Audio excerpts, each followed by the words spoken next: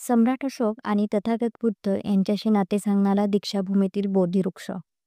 सिद्धार्थ गौतमाला बुद्धत्व प्राप्त झाल्यामुळे आणि या कुटुंबातील वारसा असल्यामुळे या बोधिवृक्षाला अनन्यसाधारण महत्त्व प्राप्त झाले आहे. तथागत बुद्धांनी धम्मचक्र प्रवर्तन करून आपल्या भारतभूमीला बुद्ध धम्म दिला. त्यांच्यानंतर महान सम्राट अशोक यांनी तथागतांचा धम्म देशाविदेशात पोहोचवण्याचे काम केले.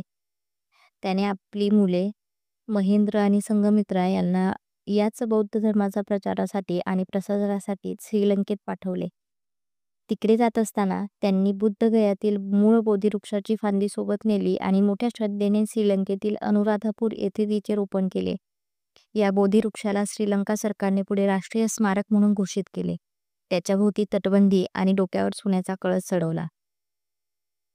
ज्या बोधिवृक्षाखाली सिद्धार्थ गौतमाला बुद्धत्व प्राप्त झाले त्या कुटुंबातील वारसा असलेल्या बोधिवृक्षाला श्रीलंकेतून महाराष्ट्रातील नागपूरच्या दीक्षाभूमीवर आणण्याचे महान कार्य भदंत आनंद कौसल्यायन यांनी केले.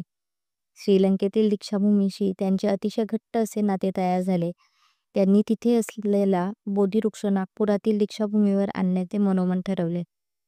भदंत कौसल्यायन यांनी श्रीलंका सरकारला विनंती करून संसदेत ठराव पास केला आणि 1968 साली महान बोधिवृक्षाच्या फांदीला भारतात आणण्याची परवानगी मिळाली. मिळालेल्या आदेशानुसार 3 कोवळे बोधिवृक्ष 3 वेगवेगळ्या कुंड्यांमध्ये ठेवण्यात आले आणि विमानाने त्यांना भारतात आणण्यात आले.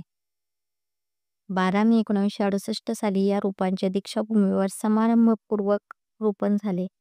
3ही वृक्षांना एकाच ठिकाणी आदरपूर्वक स्थान देण्यात आले.